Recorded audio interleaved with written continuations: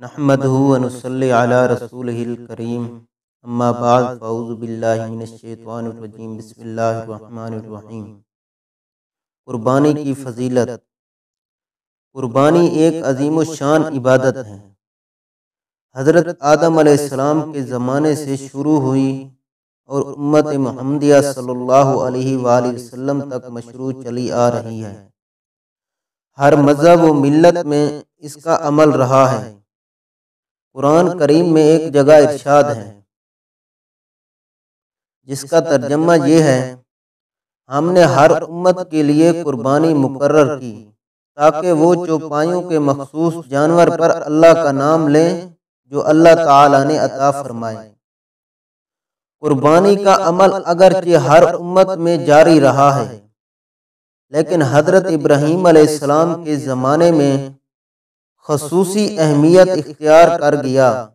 اسی وجہ سے اسے سنت ابراہیمی کہا گیا ہے، کیونکہ حضرت ابراہیم علیہ السلام نے محض خدا کی رضا مندی کے لیے اپنے بیٹے حضرت اسماعیل علیہ السلام کو قربانی کے لیے پیش کیا تھا۔ اسی عمل کی یاد میں ہر سال مسلمان قربانیاں کرتے ہیں۔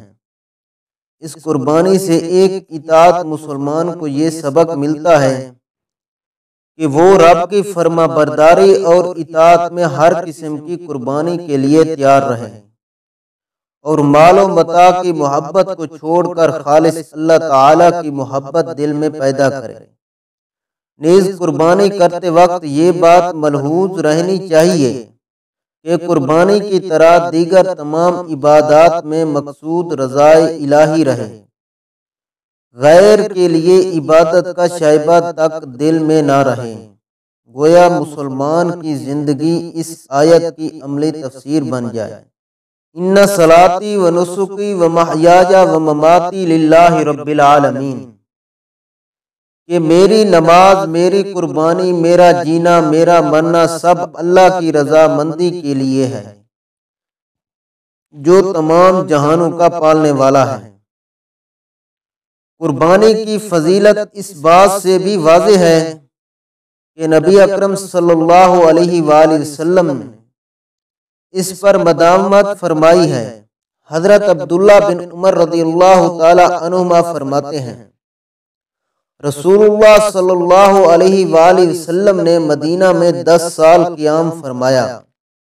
اس قیام کے دوران آپ قربانی کرتے رہے۔ حضرت زید بن ارقم رضی اللہ تعالی عنہ نے بیان فرمایا کہ رسول اللہ صلی اللہ علیہ وآلہ وسلم کے صحابہ رضوان اللہ علیہم اجمعین نے سوال کیا: یا رسول اللہ صلی اللہ علیہ وآلہ وسلم، یہ قربانی کیا ہے؟ یعنی قربانی کی حیثیت کیا ہے؟ آپ صلی اللہ علیہ وآلہ وسلم نے فرمایا: تمہارے باپ ابراہیم علیہ السلام کی سنت اور طریقہ ہے۔ صحابہ رضوان اللہ علیہم اجمعین نے عرض کیا کہ ہمیں اس قربانی کرنے میں کیا ملے گا؟ فرمایا: ہر بال کے بدلے میں ایک نیکی۔ صحابہ کرام رضوان اللہ علیہم اجمعین نے پھر سوال کیا: یا رسول اللہ صلی اللہ علیہ وآلہ وسلم، اون کے بدلے میں کیا ملے گا؟ فرمایا: اون کے ہر بال کے بدلے میں نیکی ملے گی۔ خدا صلی اللہ علیہ وآلہ وسلم نے فرمایا: عید الاضحیٰ کے دن کوئی نیک عمل اللہ تعالی کے نزدیک قربانی کا خون بہانے سے زیادہ محبوب اور پسندیدہ نہیں، اور قیامت کے دن قربانی کا جانور اپنے بالوں، سینگوں اور کھروں سمیت آئے گا، اور قربانی کا خون زمین پر گرنے سے پہلے اللہ تعالی کے ہاں شرف قبولیت حاصل کر لیتا ہے، لہذا تم خوش دلی سے قربانی کیا کرو۔ یہ ہے قربانی کی فضیلت۔ دعا ہے کہ اللہ تعالی ہمیں بھی قربانی کرنے کی توفیق عطا فرمائے اور جو کچھ بیان کیا اس پر عمل کرنے کی توفیق عطا فرمائے اور دوسروں تک پہنچانے کی توفیق عطا فرمائے۔ وآخر دعوانا الحمدللہ رب العالمین۔